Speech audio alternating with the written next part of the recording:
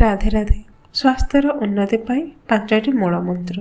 ଆପଣଙ୍କ ସ୍ୱାସ୍ଥ୍ୟର ଉନ୍ନତି ପାଇଁ ସନ୍ତୁଳିତ ଖାଦ୍ୟ, ନିୟମିତ ବ୍ୟାୟାମ, ପର୍ଯ୍ୟାପ୍ତ ନିଦ୍ରା, ଚାପ ବା ଟେନସନ୍ କମ୍ ଏବଂ ସକାରାତ୍ମକ ଭାବନା, ଧୂମ୍ରପାନ ଏବଂ ଅତ୍ୟଧିକ ମଦପାନ ପରିତ୍ୟାଗ ଉପରେ ଧ୍ୟାନ ଦିଅନ୍ତୁ।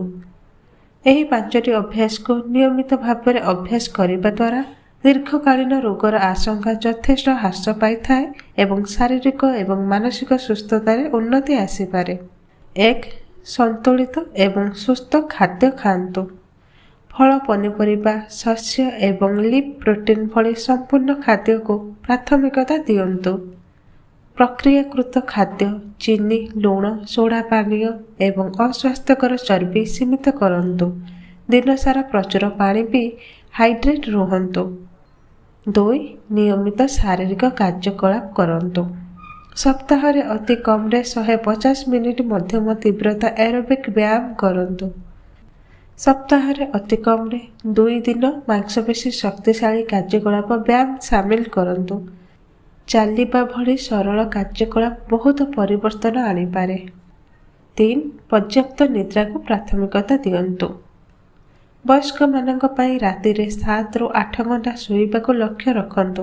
ଶକ୍ତି ସ୍ତର ଏବଂ ସାମଗ୍ରିକ ସ୍ୱାସ୍ଥ୍ୟ ପାଇଁ ସ୍ଥିର ନିଦ୍ରା ଅତ୍ୟନ୍ତ ଗୁରୁତ୍ୱପୂର୍ଣ୍ଣ। 4. ଚାପ ବା ଟେନସନ୍ କମ୍ ଏବଂ ସକାରାତ୍ମକ ଭାବନା। ଧ୍ୟାନ, ଗଭୀର ନିଶ୍ୱାସ ନେବା କିମ୍ବା ସଙ୍ଗୀତ ଶୁଣିବା ଭଳି କାର୍ଯ୍ୟକଳାପ ସାମିଲ କରନ୍ତୁ। ଆପଣଙ୍କ ପସନ୍ଦର ହବି ଏବଂ କାର୍ଯ୍ୟକଳାପ ପାଇଁ ସମୟ ବାହାର କରନ୍ତୁ। ପ୍ରକୃତିରେ ସମୟ ବିତାଇବା ମଧ୍ୟ ଲାଭଦାୟକ ହୋଇପାରେ। କ୍ଷତିକାରକ ଅଭ୍ୟାସରୁ ଦୂରେଇ ରୁହନ୍ତୁ। ଧୂମ୍ରପାନ କରନ୍ତୁ ନାହିଁ ଏବଂ ଯଦି ଆପଣ ବର୍ତ୍ତମାନ ଧୂମ୍ରପାନ କରୁଛନ୍ତି ତେବେ ପରିତ୍ୟାଗ କରନ୍ତୁ। ଅତ୍ୟଧିକ ମଦପାନକୁ ସୀମିତ କରନ୍ତୁ କିମ୍ବା ଏଡ଼ାନ୍ତୁ।